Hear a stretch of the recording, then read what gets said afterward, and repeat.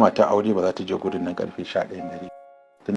To mai sauraro barkanka da zuwa, sannan ka da jimirin sake kasancewa da mu a cikin wannan tasha tamu ta Arewa YouTube 350. Mai sauraro ka kalli wannan bidiyon har zuwa ƙarshen sa, domin kuwa a nan ne za mu nuna ma bidiyon zaman sulhun da gwamnatin jihar Kano ta kira Sheikh Aminu Daurawa suka yi.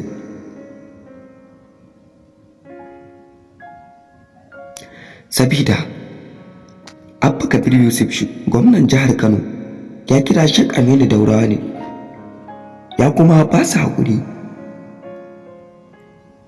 game da abin da ya faru tsakaninsa da Murja Ibrahim Kunya, wanda har hakan ne ya jawo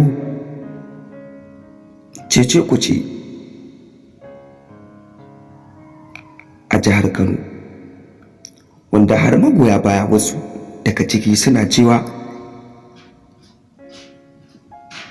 shi ya fitar da ita.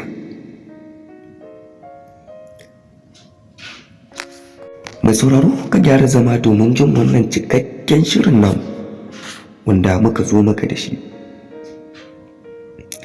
Amma dan Allah muna roƙonka, idan har wannan shine zuwanka channel din nan na farko, muna roƙonka da ka danna mana alamar subscribe, sannan kuma ka danna mana alamar karara, ta yadda za ka dinga samun sababbin shirye-shiryenmu kai tsaye da zarar mun dora. Mun gode, mun gode, mun gode.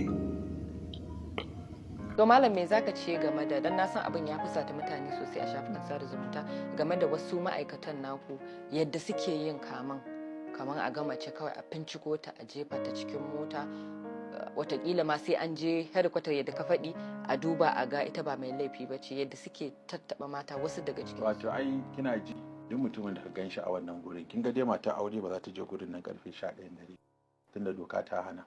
So abinda muke matakin farko idan an samu wannan kuskuren, yan hizba mu suna kuskure, muna ladabtar da su, muna hukunta su, muna korar su, muna dakatar da su.